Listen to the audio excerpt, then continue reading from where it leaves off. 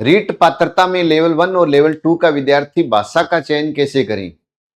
तो बिल्कुल सिंपल सी भाषा में आपको मैं बता देता हूं कि 30 नंबर का साइको है, सबके लिए कॉमन है, लेकिन उसके बाद 30-30 नंबर की दो भाषाएं हैं।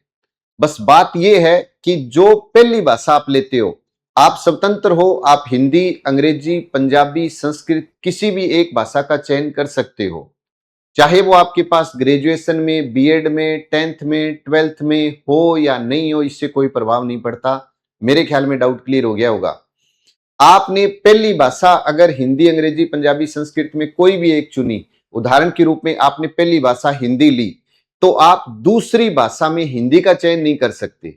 वहां पर आप हिंदी के अलावा पंजाबी, अंग्रेजी या संस्कृत का चयन कर सकते हो।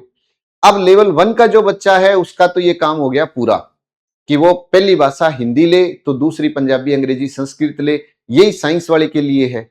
लेकिन जो आर्ट्स का बच्चा है, जिसके पास ग्रेजुएशन में हिंदी थी या ग्रेजुएशन में अंग्रेजी और संस्कृत थी, तो वो अपनी जो पहली और दूसरी भाषा का जब चयन करे, तो आपके पास जो ग्रेजुएशन में सब्जेक्ट थे उस भाषा के आधार पर चयन करना। ऐसा ना हो कि आप केवल नंबर के चक्कर में कि मैं ये सब्जेक्ट, ये भाषा ले लेता हूं, मेरे नंबर अच्छे बन जाएंगे, और कल को आपने ग्रेजुएशन में मान लो आपके पास हिंदी थी लेकिन आपने पंजाबी और संस्कृत का चयन कर लिया, तो आप लेवल 2 में फिर हिंदी से फॉर्म अप्लाई नहीं कर सकते।